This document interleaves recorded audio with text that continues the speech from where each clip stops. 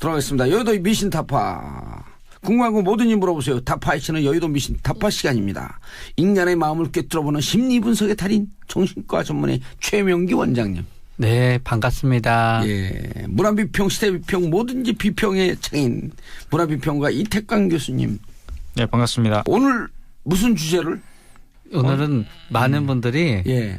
우리 도의원 김모 도의원께서 예. 너무 사람들이 생각하기에는 낮춰야 될 때 너무 목소리를 갖다 높이고 있으니까 예. 저 현상은 도대체 어떻게 된 현상인가 궁금해하시는 분들이 많은 것 같아요. 근데 이미 언론에 이름이 다 노출됐는데 김모 도의원이라고 얘기하는 그 비겁함은 어디서 나온 거예요 도대체?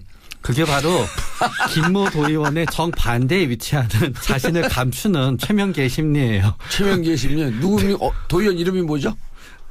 김학철 의원. 그렇게 할 거로 왜 안 하세요? 오늘 반대로 진실대로. 오늘 최모 원장님이 좀 상당히 업되셨네요. 예. 이모 교수님 얘기하시죠. 사실 뭐 이제 김학철 의원 개인 뭐 이렇게 심리나 이런 것도 뭐 재밌겠지만 저는 이제 이분이 국민을 레밍.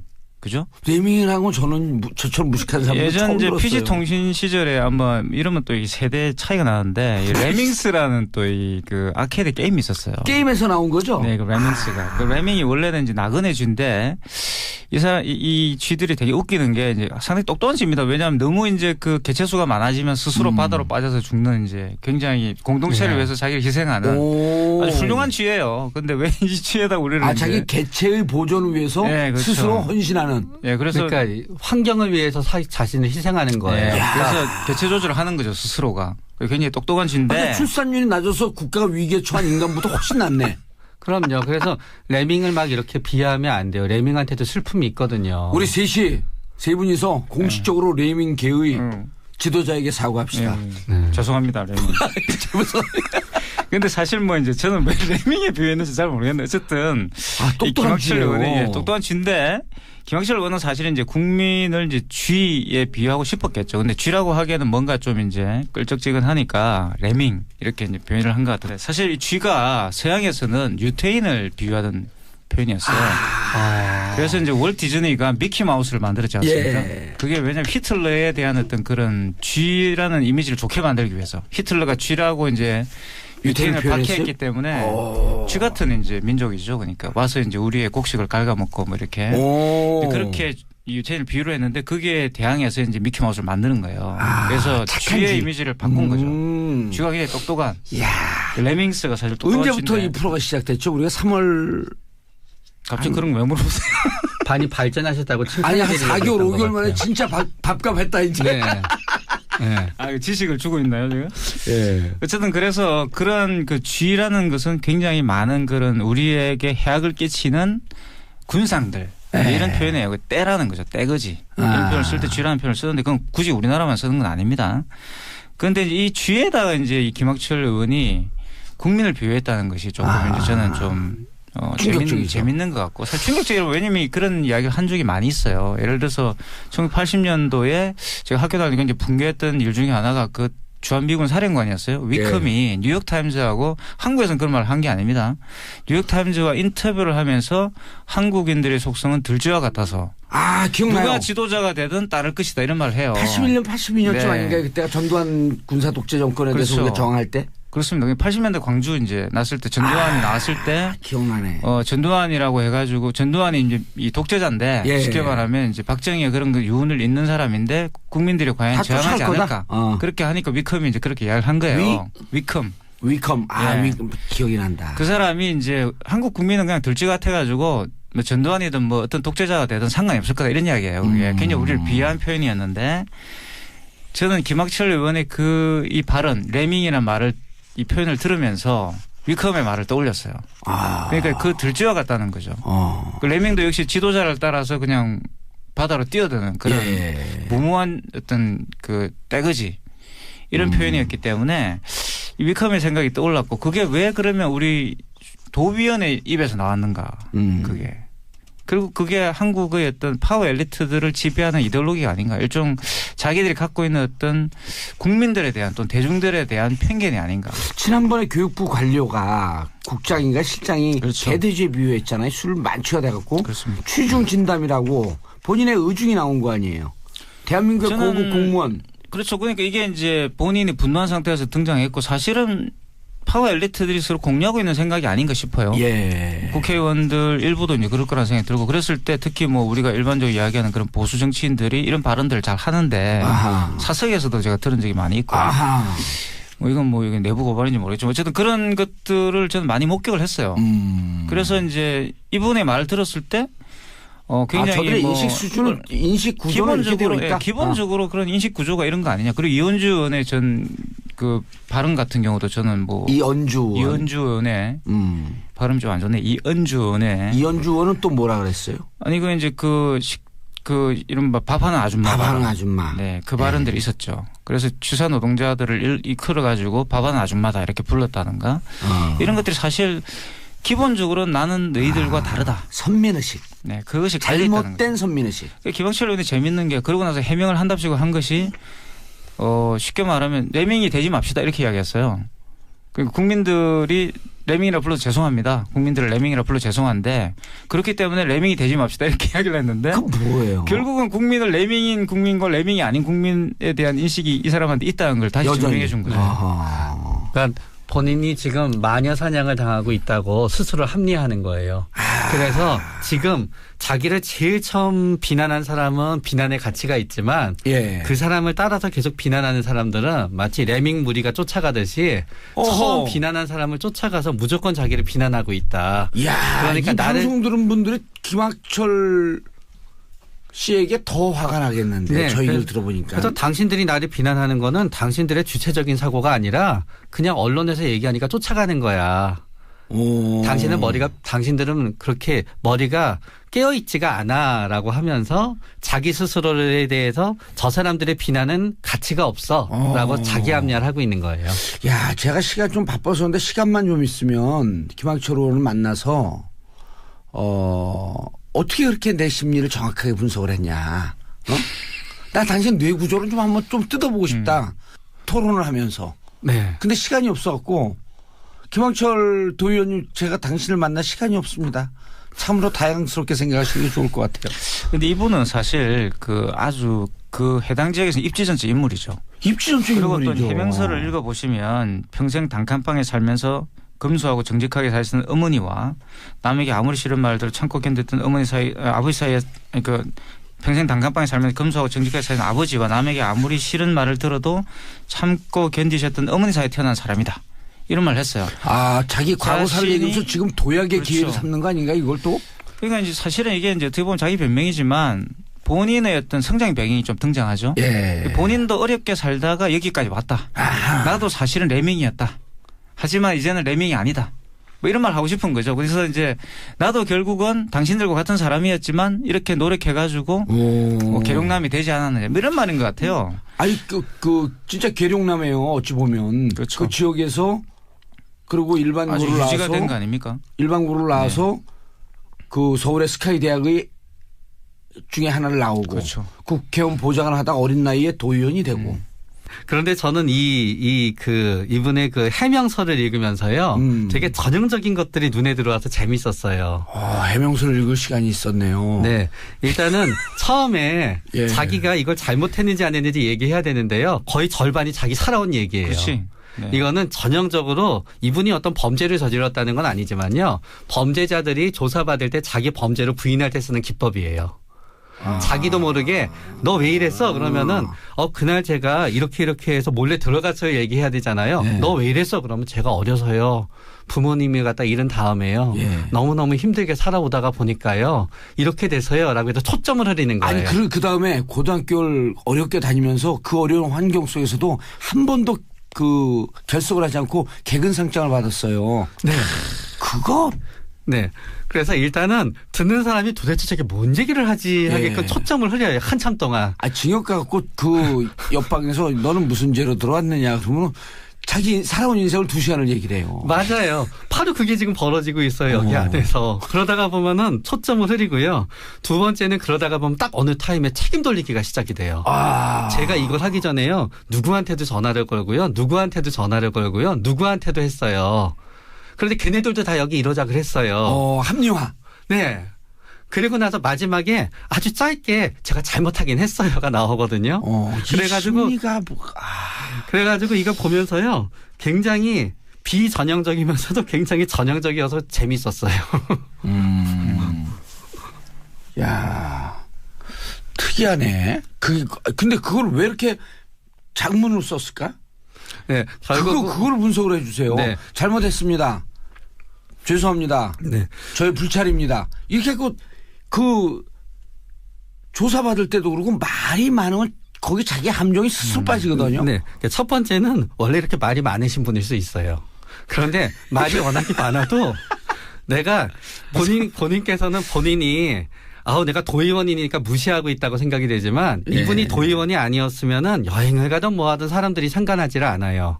그러니까 이게 지위가 올라가기 전까지는 이게 통하는 거고 수습이 되는 건데 지위가 올라가면 안 통하는 거예요.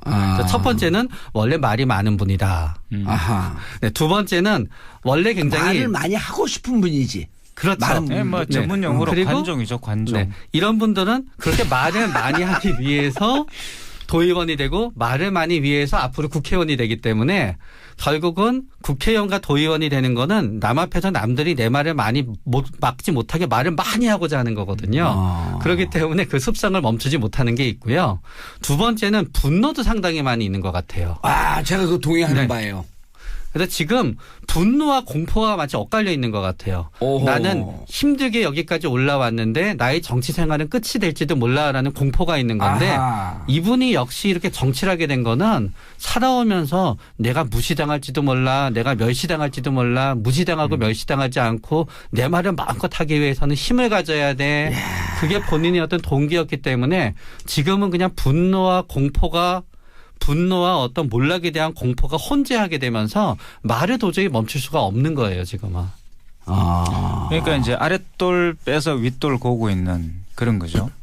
이제 벽은 무너지고 있는데 급하게 이제 이 말 저 말을 해야 되는 것이고 저는 이제 이 상당 부분 이제 동의를 하면서 제가 자기 반성문이라고 그래야 될까요? 이걸 읽으면서 느꼈던 것은 나는 이렇게 괜찮은 사람이다라는 걸 굉장히 강조하고 싶었다는 거죠. 나는 괜찮은 사람이다. 나는 이렇게 열심히 노력해가 여기까지 왔다. 그러니까 용서를 해 주십시오라는 어떤 자기 광고죠. 그러니까 자기 PR인 것 같고 그래서 그런 부분들이 굉장히 이분의 특성을 보여주는 것 같아요. 근데 사실 이거는 저는 김학철 의원의 어떤 개인적인 문제가 저는 아니라고 봅니다. 그러니까 그렇죠. 이거는 기본적으로 우리가 보면 출세했다고 이야기되는 출세 지향적인 또는 출세를 하고 싶은 사람들이 갖고 있는 어떤 그런 로망 또는 판타지 이런 걸 보여주는 거거든요. 이분이 가지고 있는 생각도 역시 나는 굉장히 힘들게 태어나가지고 내 노력으로 자수성가해가지고 여기까지 왔다. 그렇게 되면 나는 당신들이 생각하는 그런 나쁜 사람이 아니다. 여기에는 뭐가 있냐면요. 출세와 자기의 어떤 인격이 서로 이렇게 교환 가능하다는 걸 보여주는 거예요. 다시 말하면 나는 출세했기 때문에 인격적으로도 괜찮은 사람이야. 라는 걸 어필하는 거죠. 근데 그게 사실은 다 우리가 이야기하는 갑질의 기본적인 심리 상태라고 저는 생각해요. 그래서 저는 교수님 얘기를 이렇게 한번 바꿔보고 싶은데요. 국회의원이 되려고 하는 사람은 두 부류가 있는 것 같아요. 하나는 국회의원이 되려고 하는 사람이 있고요. 국회의원을 하려는 사람이 있어요. 전자는 국회의원이 되어서 그 지위를 누리면서 나 하고 싶은 얘기만 하고 갑질하고 싶어지는 쪽으로 가게 되는 거고요. 후자는 국회의원 일을 하고 싶은 거니까 하면서 국회의원 일을 갖다 하려고 해야 되고 국회의원으로서 일을 계속 해야 되기 때문에 점점 더 조심하게 되는 거죠. 대통령도 마찬가지였던 것 같아요. 대통령이 되고자 하는 사람이 있었던 것 같고요. 대통령 일을 하고자 하는 사람이 있었던 것 같아요. 그래서 후자는 물론 대통령을 하는 동안은 우여곡절도 있지만 그래도 좋은 대통령으로 남게 되는 것 같고요. 단지 대통령이 되고 싶었던 사람은 끝이 좋지 않았던 것 같아요. 근데 이제 이분의 말에 저는 몇 가지 실마리를 찾았는데 탄핵 반대 집회에서 했던 발언을 그대로 그 나무 위키에 나와 있는 걸 소개를 해주면 대한민국 국회 언론 법제계의 광견병들이 떠들고 있습니다. 미친 개들은 사살해야 합니다. 대한민국 국회에 250마리의 개 XX들이 있습니다. 원래 동물을 좋아하시는 분이셨군요. 아니 그런데 이게요. 네. 여기서 이제 전 그 찾은 게 네. 자기 자신한테 분노가 있는 것 같아요. 맞아요. 결국은 도의원한테는 왜 이러면서 네. 국회의원한테는 안 그러잖아. 내가 국회의원이었으면 이렇지 않았을 거야. 그런 분노가 있었다는 거예요. 네.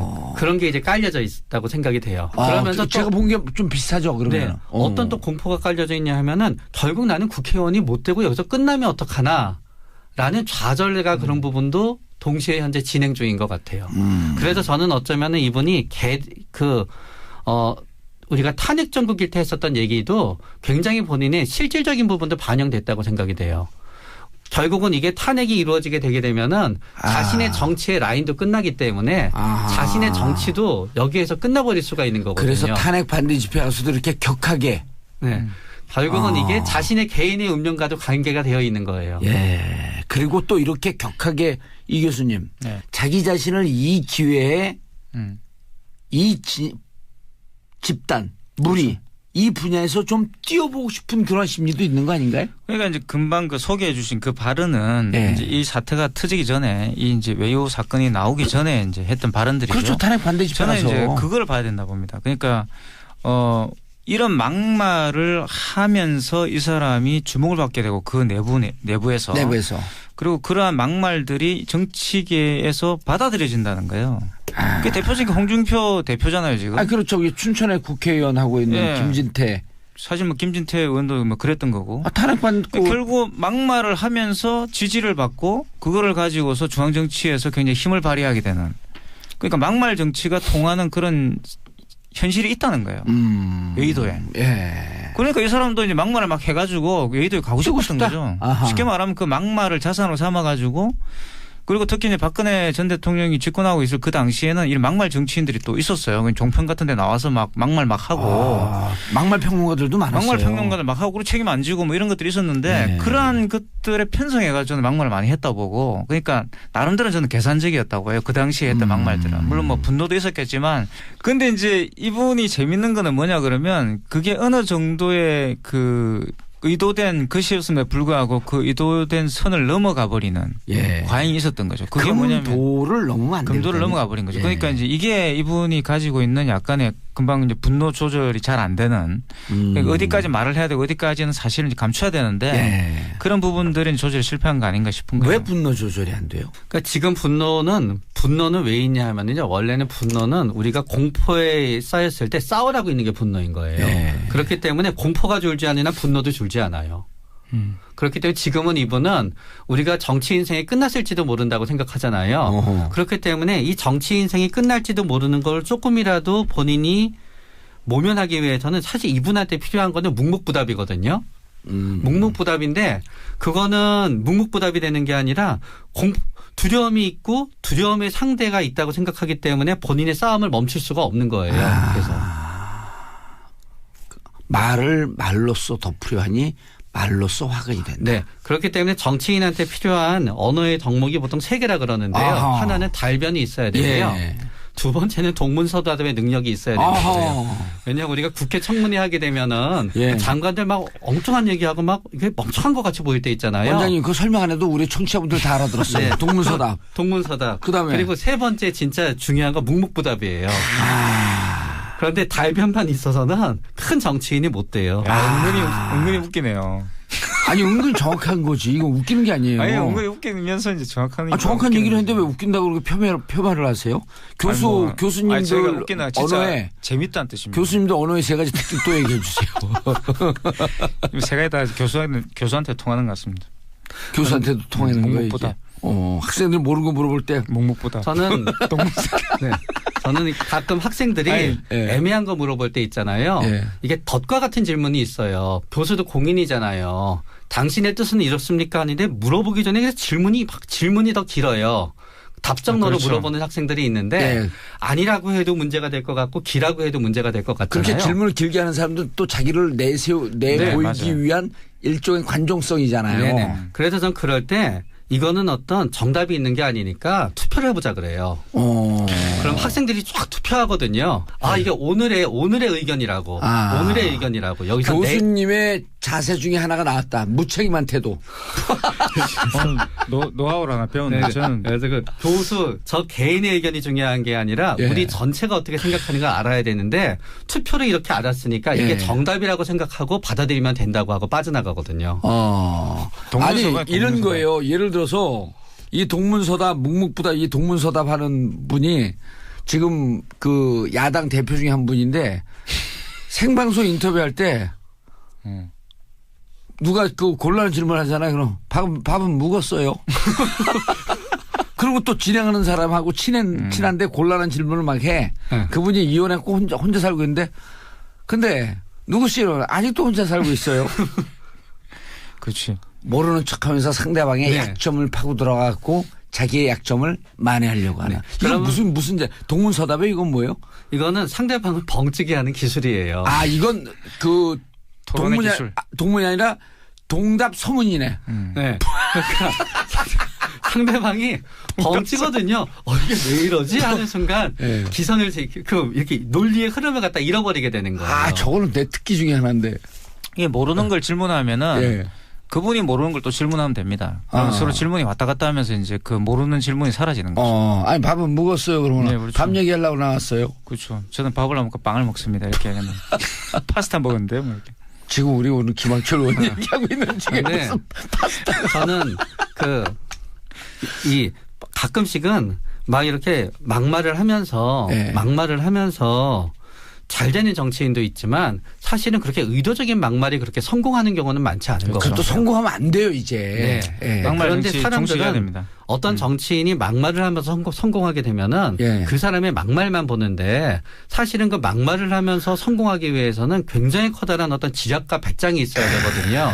그런 다음에 연출이 있어야 되고요. 개인적 지지도가 있어야 되는 건데 그 사람의 눈에 보이지 않는 모든 장점은 보지 않고 막말만 보면서 따라가다가 보면은 막말로 정치인으로 성공하는 게 아니라요. 막말로 오히려 정치 인생이 더 빨리 끝나게 되는 사람이. 막말로 정치 인생 막장 되는 거지. 네. 그런 분들이 99%여서 만약에 이 방송을 지금 청취하고 계시는 청취자분들 중에 정치 지망생들이 있으시면은요. 의도적인 막말은 가급적 하지 않으시는 게 좋다고 진짜 권해드리고 싶어요. 예. 알겠습니다. 근데 그렇기 때문에 레밍이 되지 맙시다 이렇게 이야기를 했는데. 그건 뭐예요? 결국은 국민을 레밍인 국민과 레밍이 아닌 국민에 대한 인식이 이 사람한테 있다는 걸 다시 증명해 준 거죠. 그러니까 본인이 지금 마녀 사냥을 당하고 있다고 스스로 합리화하는 거예요. 그래서 지금 자기를 제일 처음 비난한 사람은 비난의 가치가 있지만 그 사람을 따라서 계속 비난하는 사람들은 마치 레밍 무리가 쫓아가듯이 처음 비난한 사람을 쫓아가서 무조건 자기를 비난하고 있다. 그러니까 방송 들은 분들이 김학철 씨에게 더 화가 나겠는데 저 얘기를 들어보니까. 그래서 당신들이 나를 비난하는 거는 당신들의 주체적인 사고가 아니라 그냥 언론에서 얘기하니까 쫓아가는 거야. 당신들은 그렇게 머리가 깨어있지가 않아라고 하면서 자기 스스로에 대해서 저 사람들의 비난은 가치가 없어라고 자기 합리화를 하고 있는 거예요. 제가 시간 좀 바빠서 그런데 시간만 좀 있으면 김학철 의원을 만나서 어떻게 그렇게 내 심리를 정확하게 분석을 했냐. 나 당신 뇌 구조를 좀 한번 좀 뜯어보고 싶다. 토론을 하면서. 근데 시간이 없어갖고 김학철 도의원님 제가 당신을 만날 시간이 없습니다. 참으로 다양스럽게 생각하시는 게 좋을 것 같아요. 근데 이분은 사실 아주 해당 지역에서 입지전적 인물이죠. 입지전적 인물이죠. 그리고 또 해명서를 읽어보시면 평생 단칸방에 살면서 검소하고 정직하게 사시는 어머니와 남에게 아무리 싫은 말들을 참고 견뎠던 아버지 사이에 들어가겠습니다. 여의도 미신 타파. 궁금한 거 뭐든지 물어보세요. 타파이치는 여의도 미신 타파 시간입니다. 인간의 마음을 꿰뚫어보는 심리분석의 달인 정신과 전문의 최명기 원장님. 네, 반갑습니다. 문화비평, 시대비평, 뭐든지 비평의 창인 문화비평가 이택광 교수님. 네, 반갑습니다. 오늘 무슨 주제를? 오늘은 많은 분들이 우리 김모 도의원께서 너무 사람들이 생각하기에는 낮춰야 될 때 너무 목소리를 갖다 높이고 있으니까 저 현상은 도대체 어떻게 된 현상인가 궁금해하시는 분들이 많은 것 같아요. 근데 이미 언론에 이름 다 노출됐는데 김모 도의원이라고 얘기하는 그 비겁함은 어디서 나온 거예요 도대체? 그게 바로 김모 도의원의 정반대에 위치하는 자신을 감추는 최명기의 심리예요. 최명기의 심리. 누구 도의원 이름이 뭐죠? 김학철 의원. 그렇게 할 거로 왜 안 하세요? 오늘 사람대로 진실대로. 오늘 최모 원장님이 좀 상당히 업되셨네요. 이모 교수님 얘기하시죠. 사실 뭐 이제 김학철 의원 개인 뭐 이렇게 심리나 이런 것도 뭐 재밌겠지만 저는 이제 이분이 국민을 레밍 그죠? 레밍이라고 저는 저처럼 무식한 사람 예전 처음 이제 들었어요. PG 통신 시절에 아마 이러면 또 이 세대 차이가 나는데 이 레밍스라는 또 이 그 아케이드 게임이 있었어요. 게임에서 나온 거죠? 네, 그 레밍스가. 그 레밍이 원래는 이제 나그네 쥐인데 이 쥐들이 되게 웃기는 게 이제 상당히 똑똑한 쥐입니다. 예. 어쨌든 그래서 그런 그 쥐라는 것은 굉장히 많은 그런 우리에게 해악을 끼치는 군상들. 이런 표현이에요. 그 떼라는 거죠. 떼거지. 이런 표현을 쓸 때 쥐라는 표현을 쓰는데 그건 굳이 우리나라만 쓰는 건 아닙니다. 그런데 이 쥐에다가 이제 이 김학철 의원이 국민을 비유했다는 것이 조금 이제 저는 좀 재밌는 것 같고 사실 충격적이라고 왜냐면 그런 이야기를 한 적이 많이 있어요. 예를 들어서 1980년도에 제가 학교 다닐 때 이제 붕괴했던 일 중에 하나가 그 주한미군 사령관이었어요. 위컴이 뉴욕타임즈하고 한국에서는 그런 말을 한 게 아닙니다.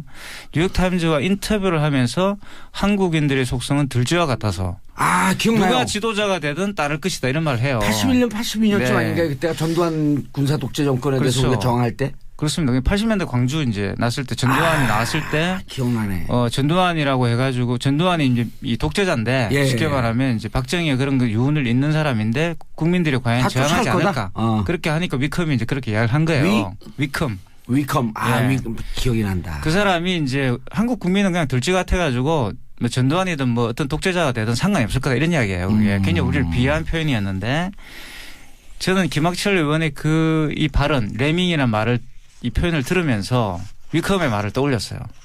그러니까 그 들쥐와 같다는 거죠. 그 레밍도 역시 지도자를 따라서 그냥 바다로 뛰어드는 그런 무모한 어떤 그 떼거지 이런 표현이었기 때문에 이 위컴의 생각이 떠올랐고 그게 왜 그러면 우리 도의원의 입에서 나왔는가 그게. 그리고 그게 한국의 어떤 파워 엘리트들을 지배하는 이데올로기가 아닌가. 일종 자기들이 갖고 있는 어떤 국민들에 대한 또는 대중들에 대한 편견이 아닌가. 지난번에 교육부 관료가 국장인가 실장이 개돼지에 비유했잖아요. 술 만취가 돼갖고 취중 진담이라고 본인의 의중이 나온 거 아니에요. 대한민국의 고급 공무원. 그렇죠. 그러니까 이게 이제 본인이 분노한 상태에서 등장했고 사실은 파워 엘리트들이 서로 공유하고 있는 생각이 아닌가 싶어요. 국회의원들 일부도 이제 그럴 거라는 생각이 들고 그랬을 때 특히 뭐 우리가 일반적으로 이야기하는 그런 보수 정치인들이 이런 발언들을 잘 하는데 사석에서도 제가 들은 적이 많이 있고 뭐 이건 내부 고발인지 모르겠지만 어쨌든 그런 것들을 저는 많이 목격을 했어요. 그래서 이제 이분의 말을 들었을 때 굉장히 저들의 인식 수준을 인식 구조는 기본적으로 그런 인식 구조가 이런 거 아니냐. 그리고 이현주 의원의 그 발언 같은 경우도 저는 뭐 이현주 의원의 발음 좀 안 좋네. 이현주 의원은 또 뭐라 그랬어요? 아니 그 이제 그 이른바 밥하는 아줌마. 네, 그 발언들이 있었죠. 그래서 취사 노동자들을 이끌어 가지고 밥하는 아줌마다 이렇게 불렀다든가 이런 것들이 사실. 기본적으로 나는 너희들과 다르다. 선민의식. 네, 그것이 잘못된 선민의식. 김학철 의원이 재밌는 게 그러고 나서 해명을 한답시고 한 것이 쉽게 말하면 레밍이 되지 맙시다 이렇게 이야기했어요. 그러니까 국민들이 레밍이라 불러서 죄송합니다. 국민들을 레밍이라 불러 죄송합니다. 왜냐하면 너무 이제 그 개체수가 많아지면 스스로 바다로 빠져서 죽는 이제 굉장히 공동체를 위해서 자기를 희생하는 아주 훌륭한 쥐예요. 그런데 왜 이 쥐에다 우리를 자기 개체의 보존을 위해서 스스로 헌신하는. 그래서 그러니까 환경을 위해서 자신을 희생하는 거예요. 그래서 개체 조절을 하는 거죠 스스로가. 굉장히 똑똑한 쥐인데. 출산율이 낮아서 국가가 위기에 처한 인간보다 훨씬 낫네. 그럼요. 그래서 레밍을 막 이렇게 비하하면 안 돼요. 레밍한테도 슬픔이 있거든요. 우리 세 분이서 공식적으로 레밍계의 지도자에게 사과합시다. 죄송합니다, 레밍. 근데 사실 뭐 이제 저는 왜 레밍에 비유했는지 잘 모르겠는데 어쨌든 똑똑한 쥐예요. 똑똑한 쥐인데 김학철 의원은 사실은 이제 국민을 이제 쥐에 비유하고 싶었겠죠. 근데 쥐라고 하기에는 뭔가 좀 이제 끌적지근하니까 레밍 이렇게 이제 표현을 한 것 같은데 사실 이 쥐가 서양에서는 유태인을 비유하던 표현이었어요. 그래서 이제 월트 디즈니가 미키 마우스를 만들었지 않습니까? 그게 왜냐하면 히틀러에 대한 어떤 그런 쥐라는 이미지를 좋게 만들기 위해서 히틀러가 쥐라고 이제 유태인을 박해했기 때문에 쥐 같은 이제 민족이죠. 그러니까 와서 이제 우리의 곡식을 갉아먹고 뭐 이렇게 그렇게 유태인을 비유를 했는데 그게 대항해서 이제 미키마우스를 만드는 거예요. 그래서 쥐의 이미지를 바꾼 거죠. 쥐가 굉장히 똑똑한. 레밍스가 사실 똑똑한. 언제부터 이 프로가 시작됐죠? 우리가 3월. 갑자기 그런 거 왜 물어보세요? 많이 발전하셨다고 아니 한 4개월 5개월 만에 진짜 밥값 했다 이제. 네. 네. 지식을 주고 있는.